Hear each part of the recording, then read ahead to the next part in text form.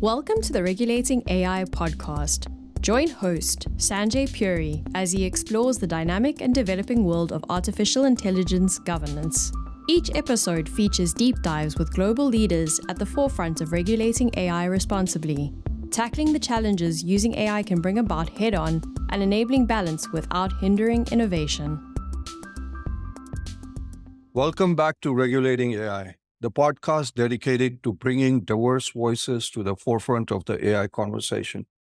We feature insights from various perspectives, from industry leaders to government officials to advocacy groups, to create practical and equitable regulation. Today, we have a special guest with us, Randi Weingarten, the president of the American Federation of Teachers, AFT, representing educators, school support professionals, and higher education faculty in the United States. Randi, thank you so much for joining us. Thank you, Sanjay, for having us. We're really honored. Wonderful. Randi, our listeners comprise, it's a global listener base. We have members of Congress, their staff, think tanks, industry, advocacy groups. Can you please tell them a little bit about your background and how you became involved with the American Federation of Teachers? Absolutely. So, look, I am one of those people who grew up before computers, who grew up before the internet, who, thought an electric typewriter was a big, huge advance. So, but, I am the president of the AFT, which is a 1.72 membership organization and union that makes a difference in the lives of people. We represent higher education personnel, K-12, nurses, bus drivers, public employees. And I started myself as both a teacher and a lawyer. I taught at Clara Barton High School in Brooklyn, New York. You have my dog with us today too, so she wants to be part of the podcast. And now what I do is I do all sorts of other things to try to help really make a difference in the lives of people and real solutions for real people to make sure that we lift up our communities to make sure that they can have a better life. Well, that's great. And Randi, artificial intelligence, AI is the topic du jour wherever you go, whether it's at Davos and Congress, etc. How do you see the role of artificial intelligence, AI, evolving in education?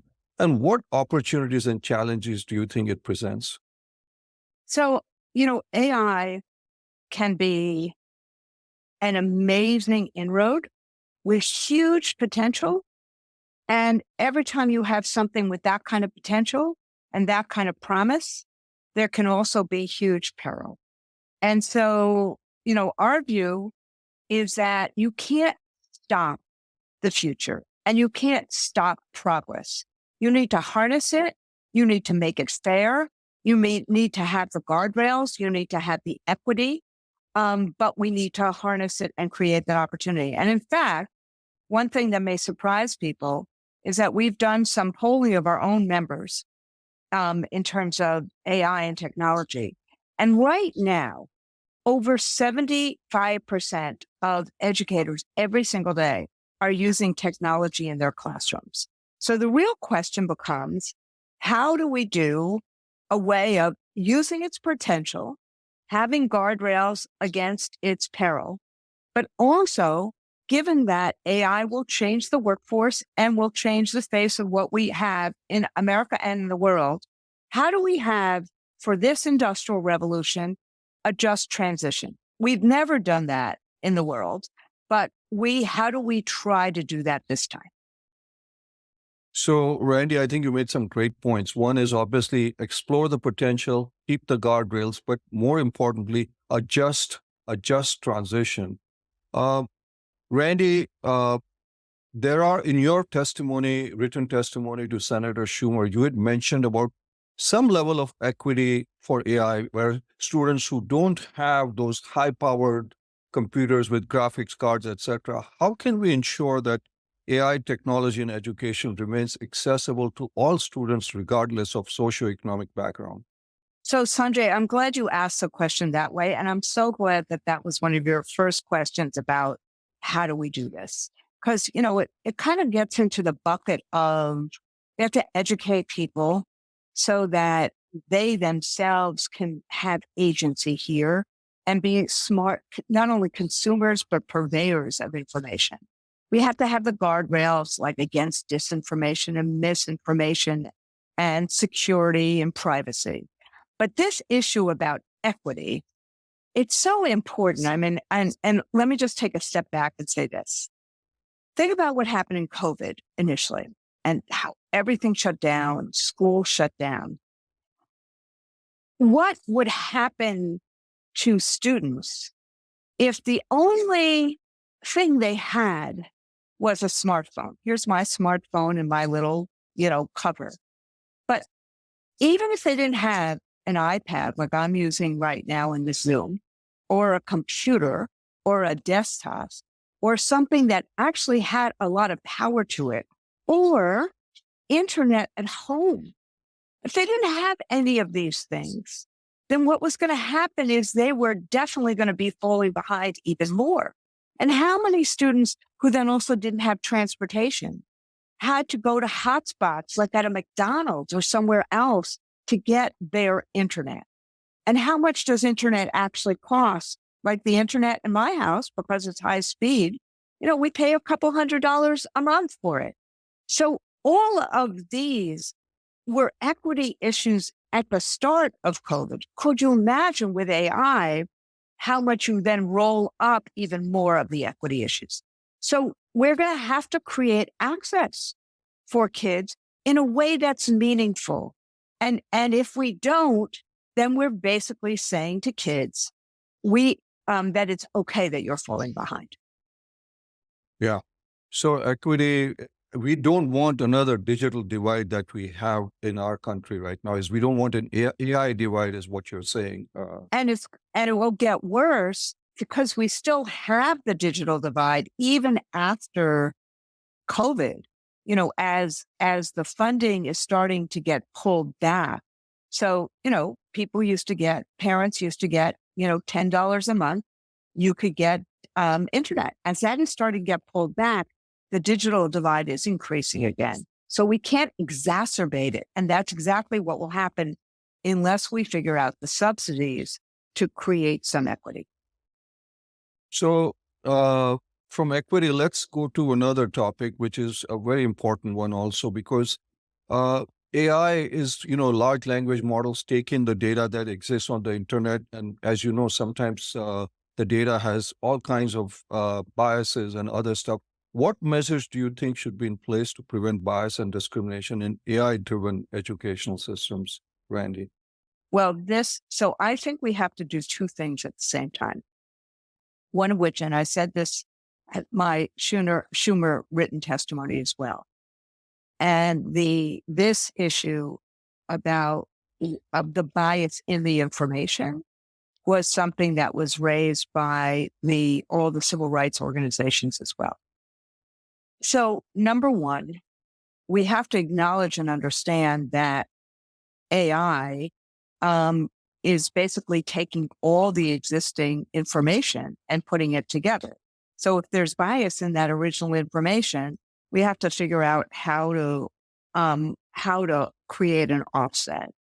And so there are people who are working on that work, but that kind of offsetting information is going to have to be part of the big data that ultimately gets included. I think there's going to have to be some code words or some cautionary notes about, what the basis of the information is. And I think that's going to also be really important in terms of disinformation. So number one, I think the same kinds of things we're doing to try to stop disinformation, we're going to have to try to do in terms of bias. The FCC and others are going to have to be very engaged in this. The Biden executive order was very good on this. And frankly, the EU is years ahead of us in terms of what to do. So that's number one in terms of a regulatory basis. And that all of that is going to have to happen. Again, I remember where I start from. I went through school without having access of the internet. So I am relying on others to figure out, like you, Sanjay, to figure out how to do that. But we need to do that. But the second piece we need to do, and this is what's controversial, is I think that the time for stopping these immunity statutes are over. We need to actually have ways of holding the companies who responsible and accountable. And, just like we do in any other products liability work, not only in the United States, but the EU does it as well.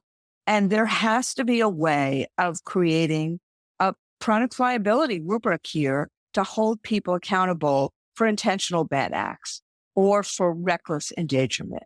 And when you have those immunity statutes available, then, these big companies don't, as much as they may say, and look, we're working with Microsoft.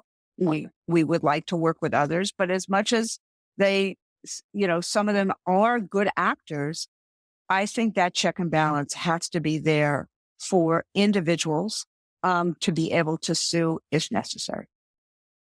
So let me just follow up on that point, Randy, because in a lot of your discussions, you use the social media example that we don't want to go back to the box or the horrible box that we find ourselves. Senator Josh Haley and Senator Blumenthal have a bill out there that kind of talks to some of the, immunity issues. The question becomes is, how do we get there? I mean, you're right. EU obviously is gotten much, much further ahead. But do you think that teachers, students, and parents also should have more of a say in implementing education technologies like AI? Absolutely. And I think if they don't, they're going to be both afraid of it, nervous about it, and it's not going to be implemented as well as it ought to be. What tends to happen is that every time we get to a transition like this, you got the haves and the have-nots. So I can tease about saying, I start without a computer background. So everything has to be learned by me. I don't have an instinct for it.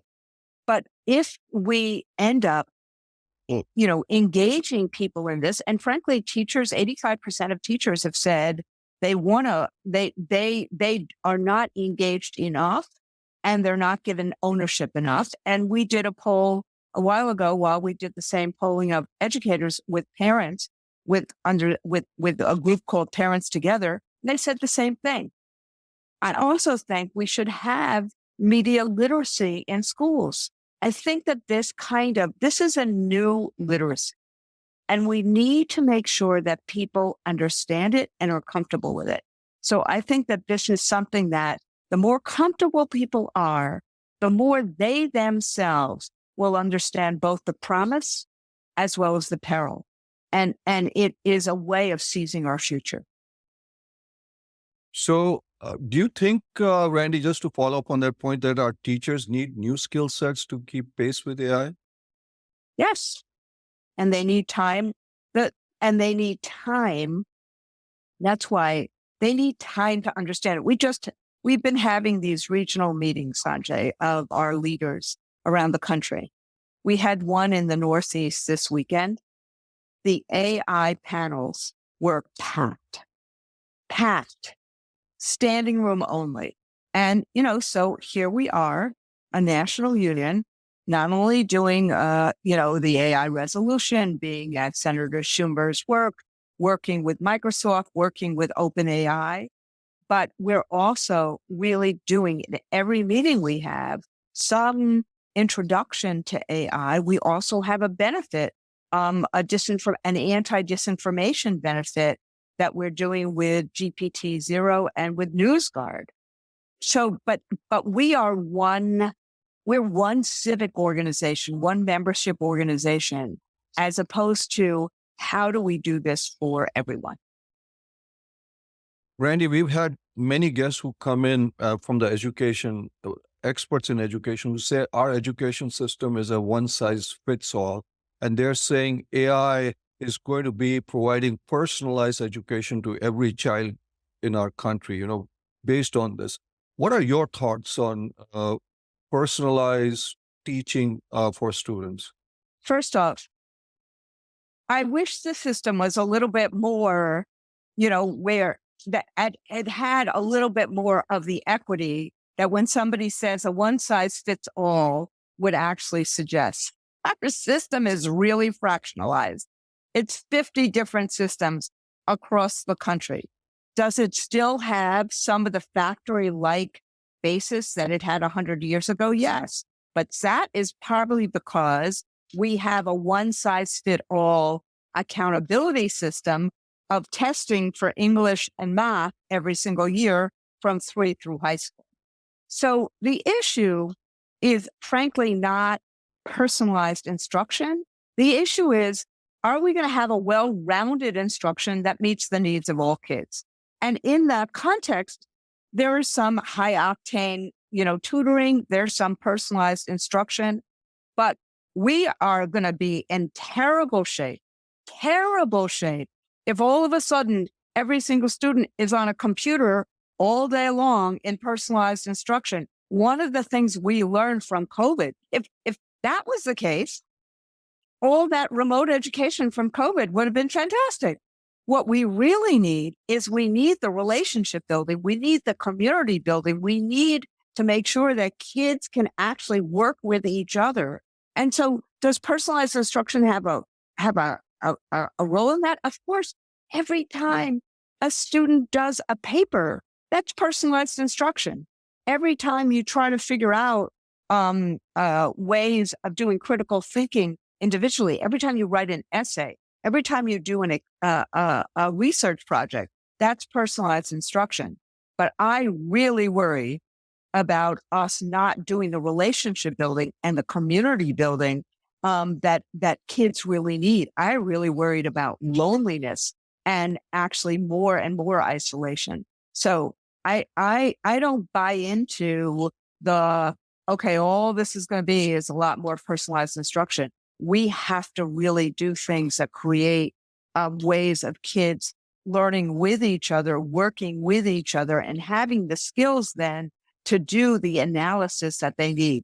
Personalized instruction is important there, but the tutelage of a teacher is really, really important in an in-person setting and having a class with people so that kids actually understand, work with each other, not are afraid of each other, and be able to understand and be able to grip with and embrace the diversity, the proud diversity of America, and understand how to work and play with each other. So if there's a conflict, you don't become forsworn enemies. That's what I'm really afraid of.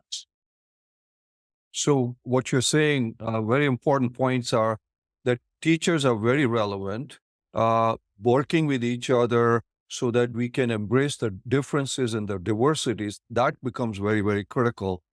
Personalized teaching could be a supplement, but not a replacement is what it may be a co-pilot or a supporter or something like that. Right. Look, we just went through this experiment with COVID and everyone said, just the remote learning in and of itself was a terrible idea. As a supplement, yes, but it's a terrible idea. Doing it now this way, we need to really rebuild community and relationships. Randy, switching to data privacy and security, do you have concerns about that in an AI-driven educational platform? Yes, I have concerns about that in all sorts of platforms. Both, I have concerns about that, about disinformation, about trafficking, about theft of private information. I know other people are concerned about plagiarism and things like that, but I am concerned about these three very major things. So the security issues, disinformation, theft of private information and all of this stuff. I am concerned about that. And I'm also really concerned about trafficking, particularly on kids. So those are things that are very, very important. But Randy, if you were to advise some of the young people how to thrive in an AI future, what would you be telling them? I would say, let's not be afraid of it. Let's embrace it, but let's also this is why regulation becomes important. We have to regulate against disinformation. We have to regulate against invasion of privacy. We have to regulate against violence, and we have to, and the media companies that are involved here have to take real responsibility. I think that this notion, and look, the Supreme Court has two very important cases here. This is not about First Amendment freedoms this is really about commerce and about how we deal with commerce and how we deal with the freedom of people to live. So this is harnessing a huge amount of information that's going to be at people's fingertips, and that information will be generative. So it is formidable. But we have to protect people, just like we protect people. We say that our streets have to be safe and welcoming. Our schools have to be safe and welcoming. The internet or our technology has to be safe and welcoming. So our schools have to be safe, Randy.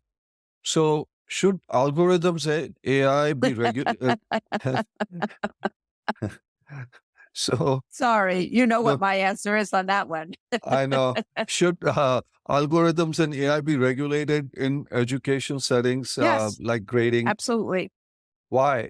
Because let's say this: if you have an algorithm as a private company and you decide what that algorithm is, you are substituting your judgment for the judgment of the school and the school teacher. And so there has to be A, transparency about the algorithm, and B, whether or not that algorithm is being used. But I would actually go a step further, which is in our study that's called Like versus Learn, and designed for us, several parent and youth groups worked with us not only on this study, but on the California law, which is how do we stop the kind of violence or bullying that happens to school kids that happens on social media? So part of it is the algorithm and regulating the algorithm, but part of it is also when this can be operational. So why do we not, for example, if there's a bullying instance in a school, why is there not immediate contact between the social media company who can track down the IP address that the bully may have used and get to the school so the school can do an investigation more quickly? Why is there not that kind of work? Why is the algorithm is the property of the company? The consumer has to deal with its effects. So the consumer has to either know about the components of the algorithm or has to be able to deal with it in some way, form, or manner.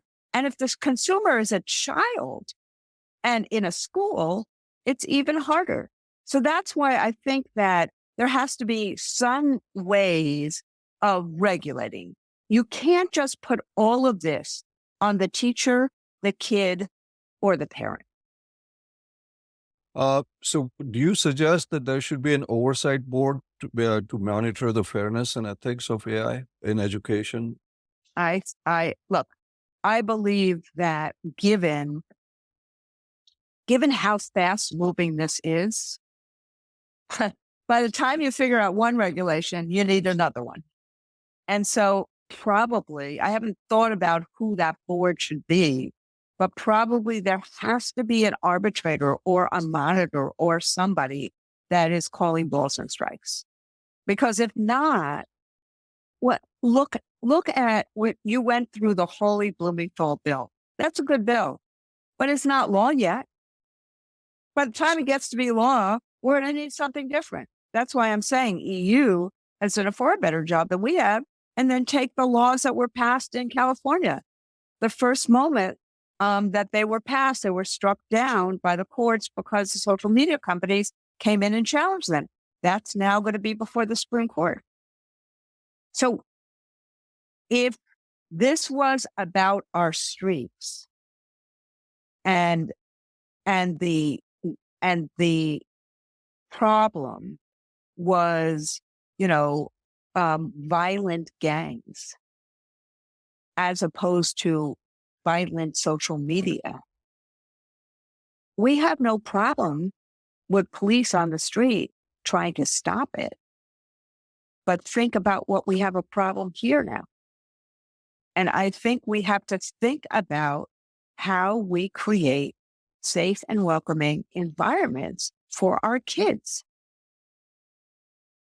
Safe and welcoming environment for our kids are very, very critical. You mentioned one point, Randy, and I've had several members of Congress and Senate come in. They say AI is evolving so fast. Every day it changes. How are regulations going to keep up? I mean, you mentioned that. How can, as you know, in Washington, we don't do fast. Well, we don't do forget fast. We don't do slow these days. So how will we keep up with the changes? We're talking about multimodal agents, large language models, AGI. How do we keep up with this regulation? Any thoughts on that? Well, I think it's going to be very, very hard. I think that's why regulations, that's why I go back to, we have to withdraw these immunity statutes. In products liability, we have figured out how to keep up with it in the following way. If somebody is intentionally reckless or malfeasance, they get a huge penalty. And that penalty becomes a way of creating some accountability. And if we don't have that, or that kind of umpire that talks about balls and strikes, then it's going to be impossible. Randy, you mentioned a few times about a collaboration with Microsoft, and maybe even you mentioned OpenAI. Do you think industry collaboration with education and organizations like yours is possible, given that they might have a little bit of a different interest? They want to, some people would argue they want to have a monopoly like you see in social media, and that's a big concern. What are your thoughts on that? Look, it is a really big concern. But if the purveyor of a product doesn't actually talk to the consumer of that product, particularly since the consumer of that product, whether it be kids, families, or educators, is pretty responsible for how that product is going to be used in the space, or will start fighting against that product, it's in the company's best interest to work with us. And frankly, I would argue it's in our best interest to work with them. I'm not saying that we're all getting into bed together. I'm saying that it is in both best interests to have a real conversation, collaboration, meeting of the minds, if that is possible. And frankly, the ed tech companies tried to do it around us at the turn of the last century, and it did work. And I tell the story often of, I was in a meeting, I think it was at Stanford, and there was all the ed tech companies were in the room. And I said, work with us, help us, work with us in terms of this transition. One company did. That's it. And a company that worked with us that was from Great Britain, who ended up helping us put the Share My Lesson platform together, a platform that now has over 2 million people on it. We use it for free, of teachers helping each other. I thought that was ridiculous, because you're not, at the end of the day, this is spoiler alert to every capitalist that's watching this. Education requires educators. If we're really going to help kids actually be prepared for life, career, college, and citizenship. We live in a very humanistic world.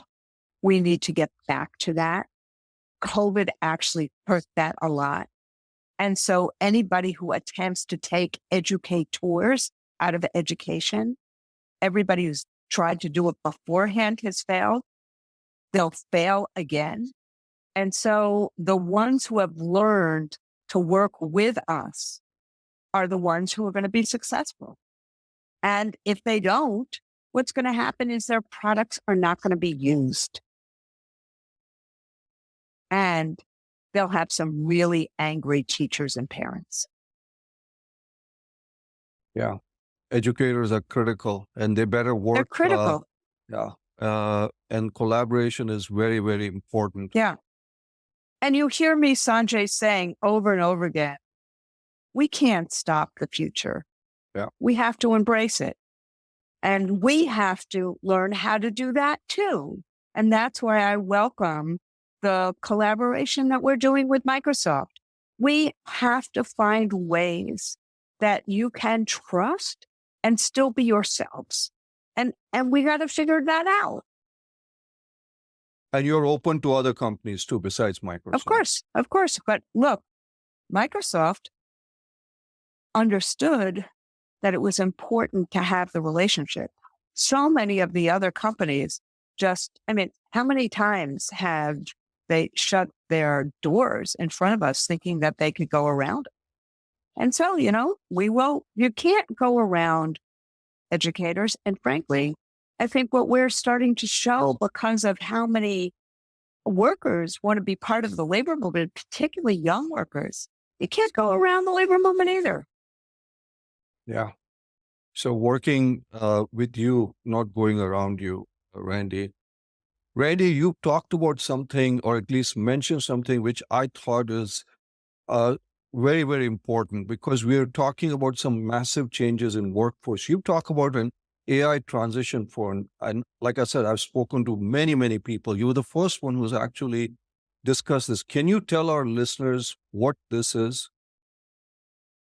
What your idea is of an AI transition fund, so to speak, for the transition that is coming our way. Right. So what has happened is that there's going to be huge displacement of individuals in lots of different jobs. It's not going to be the teacher in the classroom, but there's going to be other, and I would argue it's not going to be the bus driver. But there's going to be huge transitions in all sorts of different kind of work, automation, other kinds of transitions, things we can't even imagine today. So people in America want to work. Not everybody, but most people in America, they understand that they want to work for a decent wage, and decent benefits. They want to have family sustaining jobs. So what we need to do in terms of a just transition is we need to make sure that if somebody's job is terminated and they're displaced and they want to work, we have to help them get through the transition.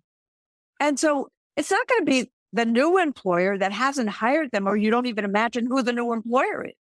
This is where government has a real role.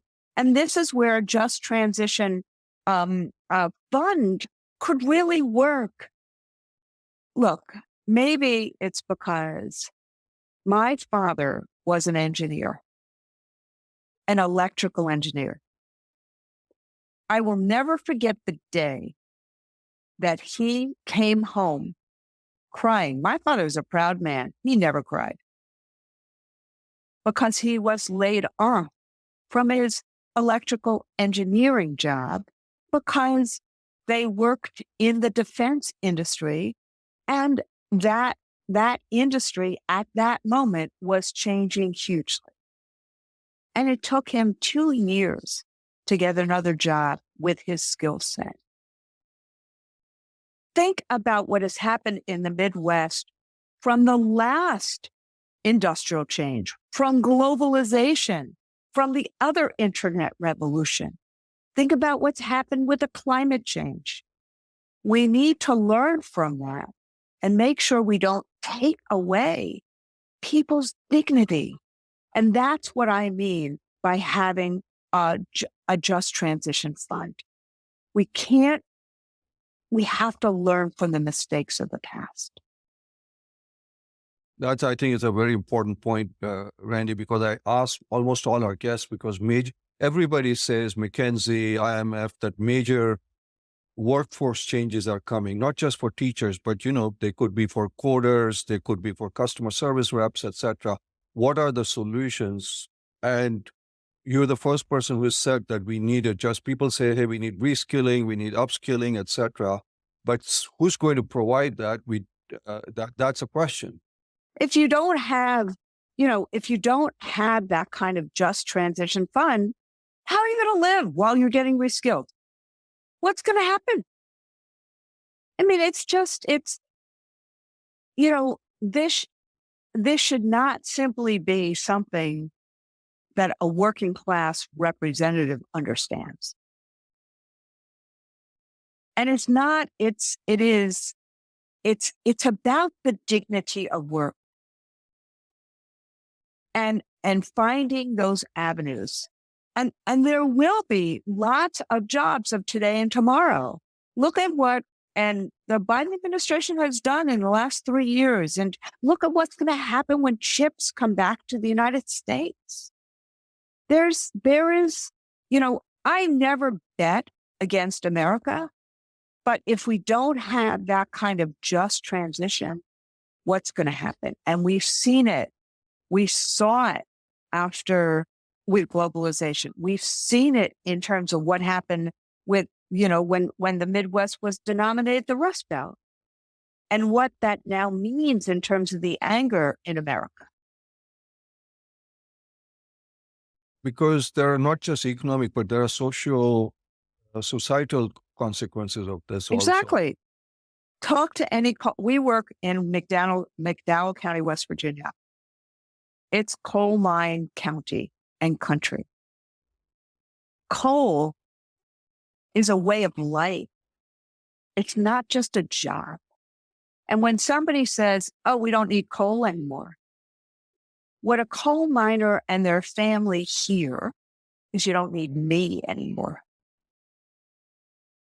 It's really, we have to learn from our mistakes. I think those are really important points. Randy, you've been so grateful with your time. Some final comments for our listeners. As I told you, the kind of listeners we have, some final concerns, what keeps you up at night, some thoughts for our listeners, Randy. So look, remember the old Flintstones, the old TV shows about, the future and all of that. The future is here. We know the mistakes of the past. History teachers, technologists, futurists. We are a world that can actually think through change and sees the future in a way that's equitable, in a way that creates fairness, in a way that respects the dignity of people. Shame on us if we don't do this. We know the issues. Let's make sure we find ways to create the guardrails. Seize the future. Don't pretend it's not in front of us. But let's make sure we have the guardrails so that all of us can seize the future. Randy, thank you for your insights. Seizing the future with the guardrails. Really, that's been extremely valuable. We know our listeners was going to glean some valuable perspectives from you and your conversation and your work at AFT. Thank you for the time. Really, really appreciate it, Randi. Thank you, Sanjay. Thanks for tuning in to the Regulating AI Innovate Responsibly podcast. You'll find links in the show notes to any resources mentioned on the show. If you're enjoying our podcast, please subscribe so you'll never miss an episode and leave us a 5-star review.